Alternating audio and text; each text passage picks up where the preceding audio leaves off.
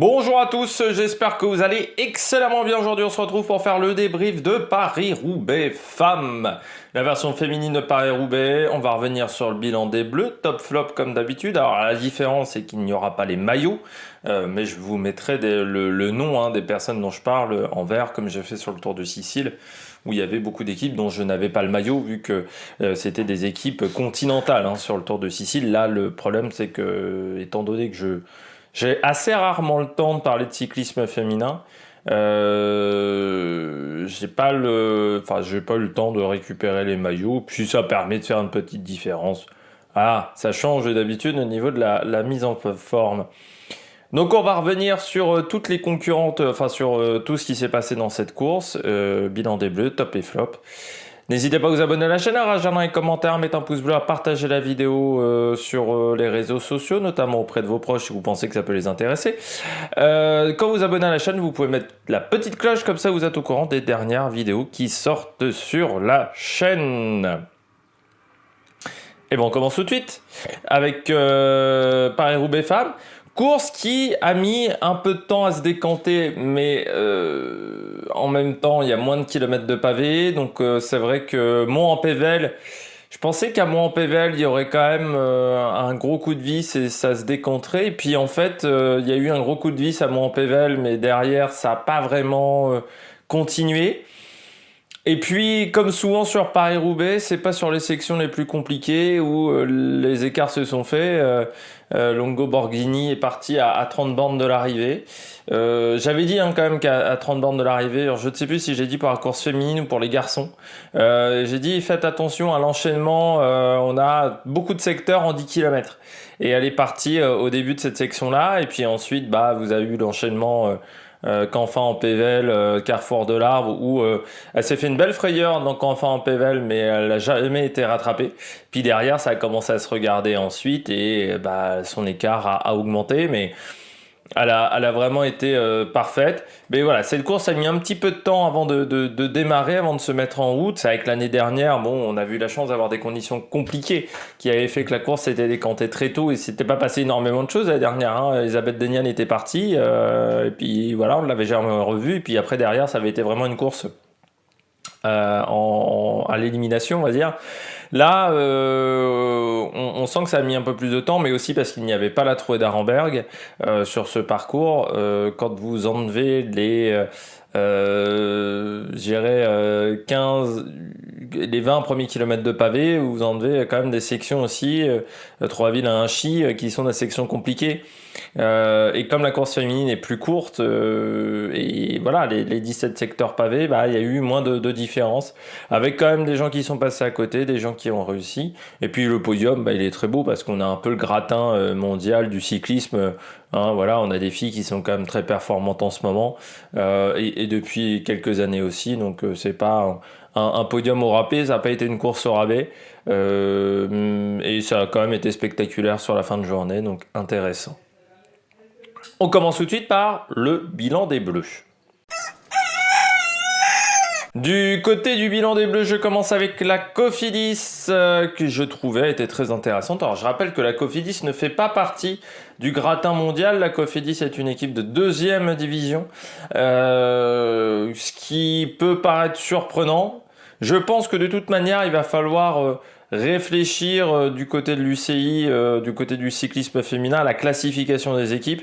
Parce que c'est vrai qu'on a aujourd'hui des équipes qui sont en 2e division, qui sont en 2e division, qui sont UCI continentale, parce qu'il n'y a pas de 2e division, c'est ça le problème.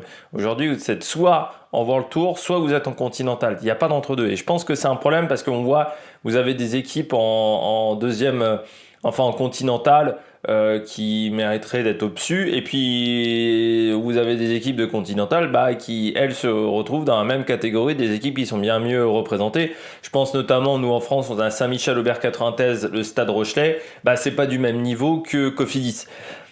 Mais Cofidis, pour une première édition, ils s'en sont très très bien sortis, avec la 17e place de Victoire Berthaud, jeune coureuse, très motivée en interview.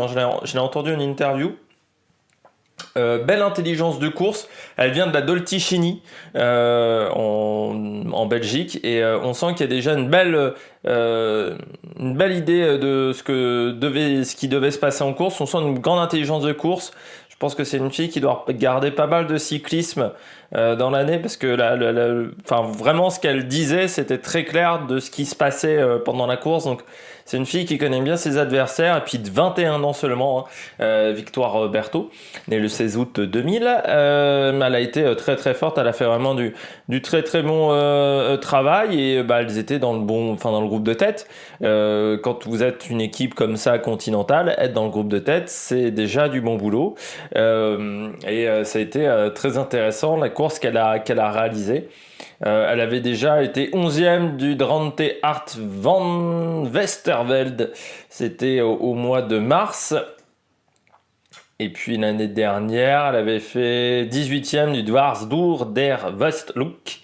Et en 2020, elle avait fait 3e des championnats de France U23 et 3e du Grand Prix international d'Isberg. Donc autant vous dire qu'elle aime bien le nord de la France, que ça lui réussit bien.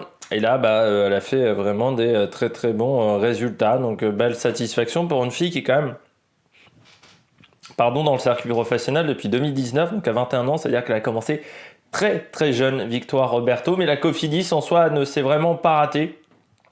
Avec donc 2 filles dans ce groupe-là, il y avait également Alana Kastrick. Et puis, voilà, on a quand même 4 filles à l'arrivée. Donc non, je trouve que c'est quand même plutôt une bonne réussite parce qu'on s'attendait pas à ce que la Cofidis, enfin moi je m'attendais pas à ce que la Cofidis arrive à performer.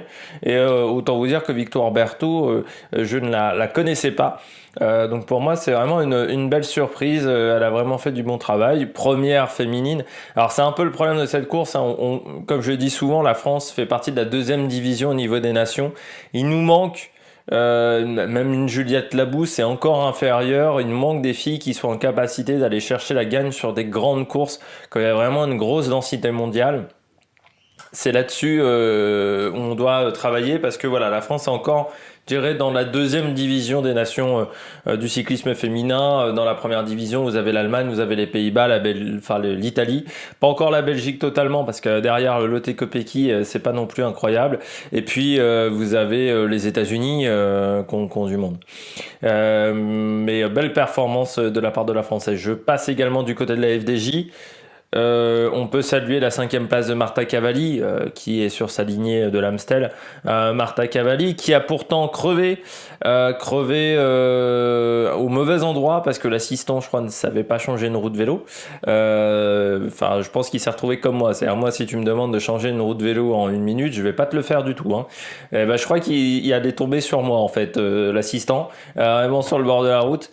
Et ça a été compliqué pour Marta Cavalli parce que donc elle a perdu au moins 1 minute 30 je pense dans l'affaire et elle a sacrément roulé pendant 15-20 km, bien aidée également par Balsamo qui lui a permis de revenir avant que Balsamo se fasse disqualifier, la championne du monde. Mais Marta Cavalli, ça a vraiment été compliqué pour elle. Elle était vraiment en chasse-patate derrière le peloton, à rouler, mais sans réussir à revenir. Et heureusement, elle a réussi à rentrer, je dirais, à 45 bornes de l'arrivée, mais sans tous ses efforts. Peut-être qu'elle aurait été en capacité d'accompagner Longo Borghini, mais quand Longo Borghini attaque, elle était rentrée il y a une quinzaine de kilomètres, donc elle avait fait quand même un effort très important avant et elle avait, qu'une cartouche à mettre et elle pouvait pas la mettre à 30 bornes de l'arrivée parce que sinon elle aurait fini bien plus loin. Puis on peut saluer également quand même le travail de la FDJ qui a encore fait du bon travail. Je pense notamment à Marie Lenette qui a fait un gros travail. Maëlle Grosseteste, elle a été gênée par des problèmes techniques. Et puis Grace Bonne 12e également, donc 2 filles dans le top 10, dans le top 15 pardon. Et puis Marie Lenette, elle a fait également du bon travail dans le groupe de devant pour placer notamment avant quelques secteurs importants, Marta Cavalli et Grace Brown. Donc vraiment du bon boulot réalisé par la FDJ Nouvelle-Aquitaine qui a vraiment franchi un cap cette année. Je trouve au niveau professionnalisme et au niveau résultat, il y a vraiment ils enquillent un peu les résultats en ce moment la FDJ. Confirmé par la victoire du côté de l'Amstel, mais ils ont quand même fait des très très bons résultats depuis quelques temps. Plus moins, j'ai mis Audrey Cordon-Rago.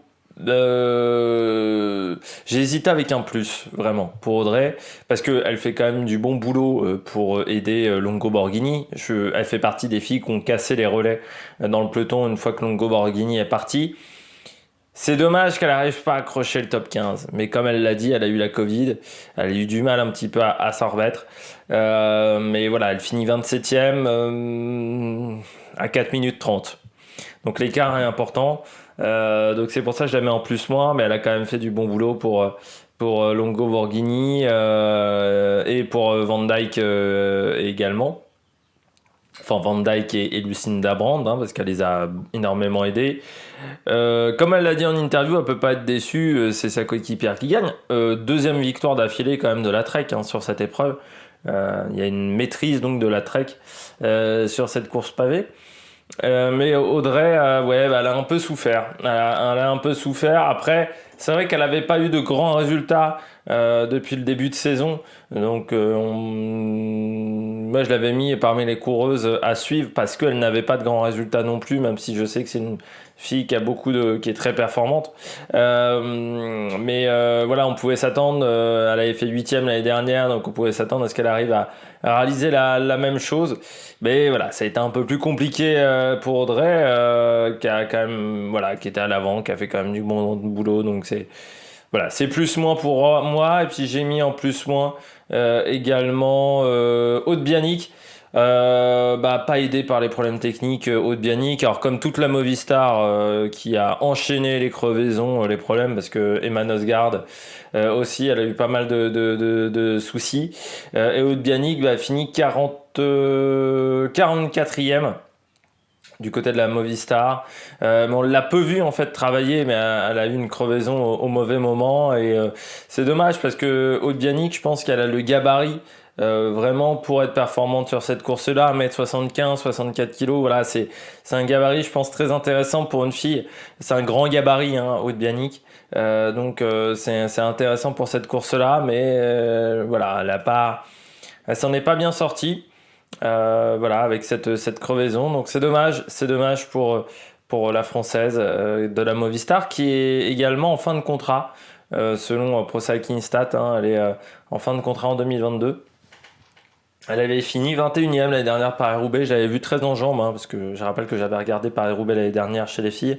Je l'avais trouvée très performante l'année dernière sur cette course-là. Elle avait fait des bonnes classiques, hein, 11e de Pantour, 11e de Dvarsdorp et Hageland également. Donc là, elle avait fait des belles perfs. 5e également de la première étape du Tour d'Italie. Mais là, pour le moment, son début de saison est un peu plus complexe. Et puis, on peut saluer également quand même les autres équipes françaises comme le Stade Rochelet, comme Saint-Michel-Aubert 93, qui ont eu une course compliquée, mais forcément, hein, c'est pas le même niveau que les équipes les plus expérimentées. C'est un peu le problème du cyclisme féminin, hein, peut-être un manque de densité au niveau du haut niveau. Mais voilà, j'espère qu'on verra ces équipes-là un peu plus proches du haut niveau, un peu plus proches des tops équipes dans les années à venir. On passe tout de suite aux coureuses au top. Attaque de Marlou! Du côté des coureuses au top, j'ai mis Elisa Longo Borghini, bien entendu, le vainqueur du jour. Du côté de la Trek Segafredo, elle est partie au bon moment. Elle est partie au bon moment, même pas en plus, parce que Elisa Longo Borghini, elle part dans un secteur, dans une zone où on était plutôt en vent de face. Ce que j'avais dit, voilà, on est en vent de face jusqu'à 25, 26 km, dans les 20 derniers kilomètres, après on repasse vent de dos. Pour Mont-en-Pévèle, pas pour Mont-en-Pévèle, pardon, pour Canfin-en-Pévèle et le carrefour de l'Arbre, on était vent de dos. Mais à l'attaque, elle 10 bornes avant. Donc elle s'est fait 10 km avec du vent de face quand même. Longo Borghini, elle a profité de la supériorité de la Trek. Ça c'est clair et net que la Trek, elle met quand même 3 filles dans le top 10. La Trek, il y avait également Audrey dans le final qui a joué un grand rôle. Donc l'équipe a quand même été très très forte Et puis il y avait Balsamo, même s'il a été disqualifié, Balsamo était également aux avant-postes en début de journée. Ce qui a même aidé, je pense, Longo Borghini, parce que le fait qu'il n'y ait pas Balsamo, ça lui a peut-être libéré un petit peu les ailes, de se dire ah bah voilà, maintenant je remonte dans la hiérarchie au niveau des leaders. Mais elle l'a dit, hein, Longo Borghini, elle s'est vraiment préparée pour Paris-Roubaix. Elle a eu un début de saison compliqué, bon, comme beaucoup de cyclistes, hein, la Covid. Ce qui fait qu'elle avait du mal à retrouver des bonnes sensations du côté de Lisa Longo Borghini, et ensuite elle a vraiment retrouvé là, elle avait déjà fait 8ème d'Estrade Bianche quand même, pour quelqu'un qui n'avait pas une bonne condition physique. Je trouve que c'est pas mal. Premier voilà de Paris-Roubaix, mais c'est vrai qu'elle disait j'ai du mal depuis quelque temps à m'exprimer au top. Elle était un petit peu en difficulté, et puis là elle s'en est très très bien sortie, mais je la voyais posée sur le vélo. C'était quand même très efficace, hein, sur les sections pavées. Ça bougeait peu, à part là où elle se fait un peu avoir à Canfin, à Pével. Sinon, je trouve que c'était vraiment du bon boulot qu'elle faisait Longo Borghini. Mais je pense qu'il n'aurait pas fallu qu'il y ait 10 km de plus, par contre, pour Longo Borghini. Parce que je pense que physiquement, elle était vraiment à bloc. On la reverra mercredi sur la Flèche Wallonne, dimanche pour Liège. Et puis ensuite, il y aura le Women's Tour de Grande-Bretagne au mois de juin. Et puis elle enchaînera avec le Giro, le Tour de France, parce que je rappelle que le Giro chez les femmes, c'est au mois de juin, et le Tour de France, ça sera au mois de juillet. Il va falloir aussi réfléchir au calendrier, hein, parce qu'on sait que David Appartient veut faire une grande réforme du calendrier chez les garçons. Je pense qu'il faudrait plutôt faire une grande réforme du calendrier chez les filles, parce que quand on a les 2 grands tours qui suivent, je suis pas sûr que ce soit l'idéal pour avoir des grandes start lists. Mais Longo Borghini, c'est quand même une fille qui a un énorme palmarès d'Estradé, le Tour des Flandres, Grand Prix de Plouay également, donc là Paris-Roubaix, deuxième de la Flèche Wallonne en 2013, deuxième d'Estrade Bianche en 2021, 2 fois troisième des Jeux Olympiques. Aussi en 2021 et 2016. C'est une fille qui est toujours performante, qui est toujours placée, qui est quand même bonne en termes de stratégie, je trouve. Elle est assez forte dans ce domaine-là. Et puis là, l'attaque, mais elle profite aussi du surnombre, hein, derrière de la Trek, qui a vraiment bloqué la SD Works. Il y avait 2 équipes qui ne devaient pas s'isoler en tête, sinon ça allait être très difficile d'aller les chercher. C'était la Trek et la SD Works. C'est la Trek qui a réussi à s'isoler, et derrière c'est la gagne. La SD Works aussi, hein, si Kopecky elle avait réussi à aller devant, ou Chantal Black qui a fait une très bonne course, ça aurait été très compliqué aussi derrière pour la Trek, parce qu'il y aurait eu soit Kopecky soit Chantal Black pour casser les relais. Là c'est ce qu'a réussi à faire l'équipe Trek pendant toute la course. Et puis Longo Borghini, Elisa Balsamo, disqualification totalement justifiée, hein. On voit la séquence avec le bidon, c'est beaucoup trop long. Plus Benoît Durand disait du côté de France Télé qu'elle a également suivi une des voitures. Voilà, c'est la règle. On va dire toujours pas vu, pas pris, mais quand t'es vu, et sur Paris-Roubaix, t'as quand même de grandes chances d'être vu à certains endroits de la course. Surtout quand tu t'appelles Balsamo, que t'es championne du monde. Voilà, petite erreur, mais elle a même pas contesté. Ça aussi, j'ai bien aimé, il n'y a pas eu de contestation de sa part. Elle a compris très vite, on lui a expliqué du côté de la voiture de la Trek, voilà. Mais c'est toujours dur, hein, une disqualification en direct. Kopecky, elle pourra dire merci à Chantal Black, qui a fait un énorme travail Chantal Vandenbroek Black, parce qu'à chaque fois on dit Chantal Black, mais c'est Chantal Vandenbroek Black, normalement le nom officiel. La concurrente de la XD Works, mais elle a été très forte. Elle a vraiment... elle a fait le maximum, quoi. Moi, on m'avait dit pourquoi tu l'as. Certains m'avaient mis dans les commentaires. Moi, je la mets en favori. Moi, j'avais dit oui, mais bon, je la trouve pas si incroyable que ça en ce début de saison. Même si elle fait 3ème sur le Tour des Flandres, j'avais vu un résumé de la course, j'avais pas trouvé incroyable. Et en plus, l'année dernière, sur Paris-Roubaix, je l'avais pas trouvé hyper efficace. Mais là, sur les pavés, c'était solide. Elle roulait à chaque fois sur le haut du pavé. Elle a jamais pris ce qu'on appelle la goulotte, la portion en terre. Elle a toujours roulé haut du pavé. Donc vraiment, sacrée performance de la néerlandaise. Et puis on connaît ses qualités aussi, hein. Elle a été, je rappelle, championne du monde en 2017.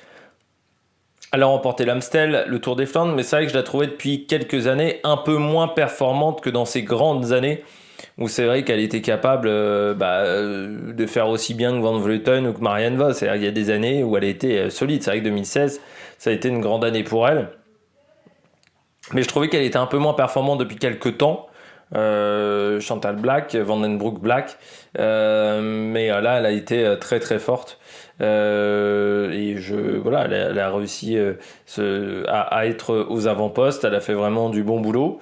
Donc il faut la saluer. Et puis c'est intéressant quand même parce que on la retrouve un peu aux avant-postes. Chantal Vandenbroek, donc c'est-à-dire qu'à 32 ans, elle n'est toujours pas finie et qu'elle a toujours la motivation.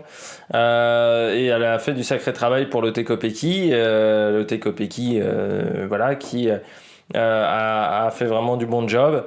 Une petite erreur d'inattention où elle suit pas Longo Borghini, mais elle s'attendait peut-être à ce que Cecchini arrive à bloquer le coup, sauf que Cecchini n'a jamais eu les jambes pour aller chercher Longo Borghini, et ensuite Cecchini s'est retrouvé en chasse-patate, donc ensuite elle a roulé un petit peu dans le peloton, mais je pense que Cecchini avait pas des grandes jambes.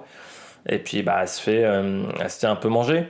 C'est dommage, Lotte Kopecky, mais bon, c'est quand même une deuxième place. Son début de saison est quand même assez incroyable à Lotte Kopecky. Quand vous regardez, vainqueur du Tour des Flandres, vainqueur d'Estrade Bianche, knocker Corseux. Je trouve qu'elle a quand même bien géré sa course aussi, parce que c'est elle qui met le premier coup de vis à Mont-Saint-Pével. Pourtant, elle avait la pancarte aujourd'hui, donc c'était pas forcément l'idéal. Mais elle a réussi à faire vraiment un travail exemplaire et elle se révèle vraiment chez SD Works, hein. Parce que l'année dernière chez Liv Racing ou chez Lotto Soudal, elle était quand même moins forte, mais là elle se révèle vraiment là depuis qu'elle est chez SD Works, même déjà chez Liv Racing, hein, vous regardez, elle avait fait deuxième de Grand Game, ça fait depuis 2 ans qu'elle a quand même un bon rendement. Elle s'était juste plantée au championnat du monde un peu, mais sinon oui, elle est très performante, vainqueur du Samin également l'année dernière. Voilà, c'est une fille qui a failli faire le grand coup, mais elle n'a pas réussi. Voilà, mais ça aurait été fort quand même, hein, de doubler Tour des Flandres et Paris-Roubaix cette année. Et puis je termine avec Elise Chabet. Pourquoi j'ai mis Elise Chabet? Parce que je m'attendais pas à ce qu'elle soit autant aux avant-postes. Alors, il y avait beaucoup de canyons également dans le premier groupe, ce qui était une bonne nouvelle. Mais je pensais pas qu'Elise Chabet arriverait à bien passer les pavés parce que c'est un petit gabarit. En termes de poids, elle ne fait que 52 kilos.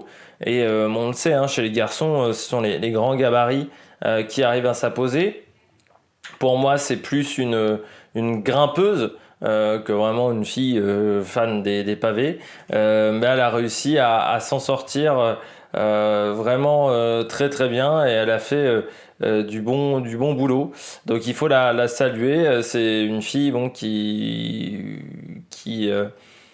qui est quand même très performante depuis quelques années quand même. Elise Chabet, elle a 28 ans, hein, mais on la voit quand même depuis quelques années. Mais pour moi, elle était plus performante en montagne que véritablement sur les pavés. Mais elle a fait vraiment du bon boulot aujourd'hui, Elise Chabet. Donc je l'avais vraiment pas mis parmi mes favorites. Mais elle a fait vraiment du très bon job. Après, c'est vrai qu'elle avait fait 4e, 13e du dernier championnat du monde. C'est vrai qu'elle s'est roulée quand même aussi. Mais je m'attendais pas à ce qu'elle arrive à être aussi performante sur ses pavés, surtout que si elle avait fait 50e l'année dernière de Paris-Roubaix, donc elle avait fini très très loin. Je passe désormais au bonnet d'âne. Du côté des bonnets d'âne, je commence avec la Jumbo. Alors ça avait déjà mal commencé pour la Jumbo ce matin avec Marianne Vos qui a la Covid. Déjà, bon, qui a le Covid. Ça, je dis à chaque fois là, mais normalement c'est le Covid. Donc déjà, ça, c'était pas la bonne... la journée commençait mal. Mais ensuite, ensuite, la Jumbo, il y avait quand même d'autres opportunités, d'autres concurrentes qui pouvaient faire le job.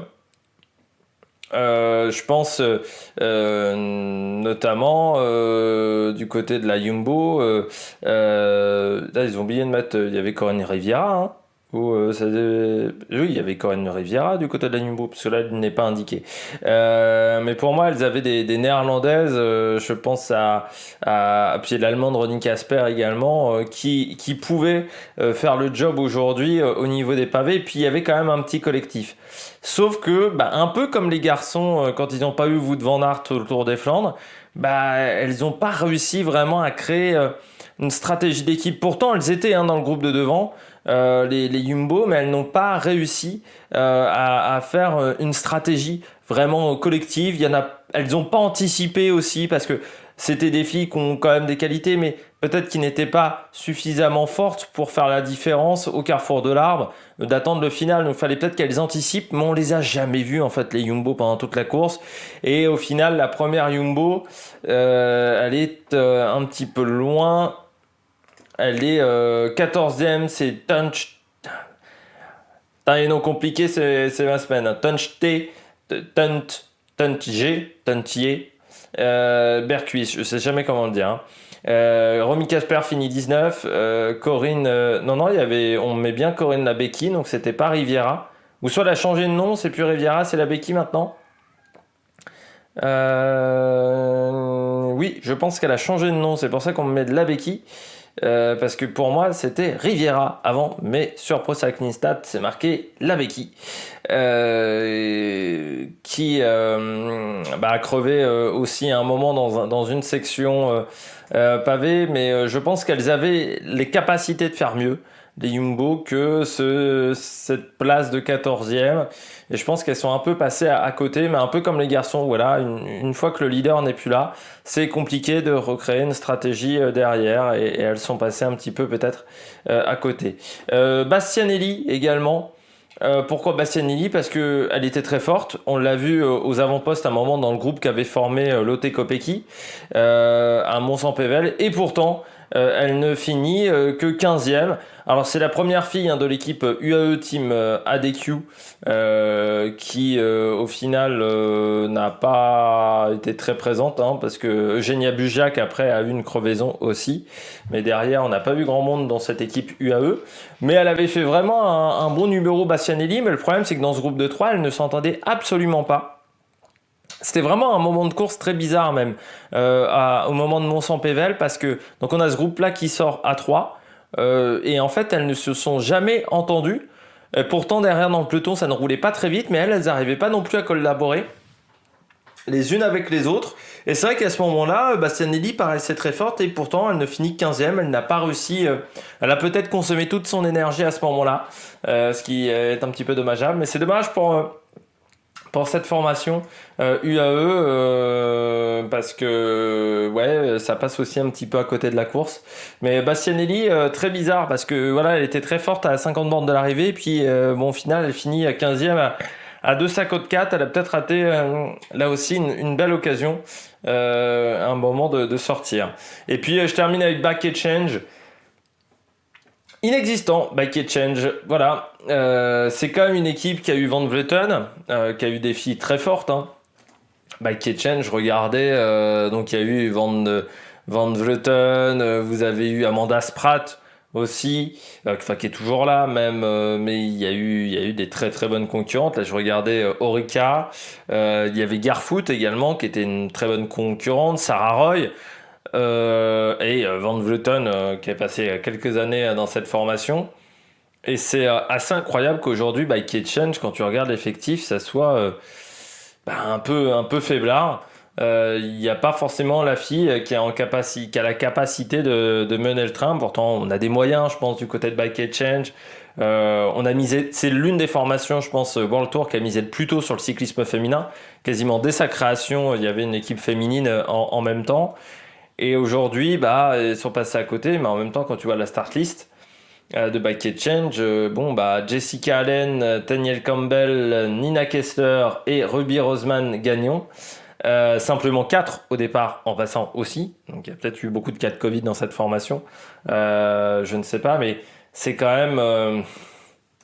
enfin, c'est quand même triste parce que voilà, c'est une équipe comme Jumbo, comme DSM, Movistar. Enfin, Movistar, ils ont mis du temps, mais la DSM, par exemple, a tout de suite misé sur le cyclisme féminin.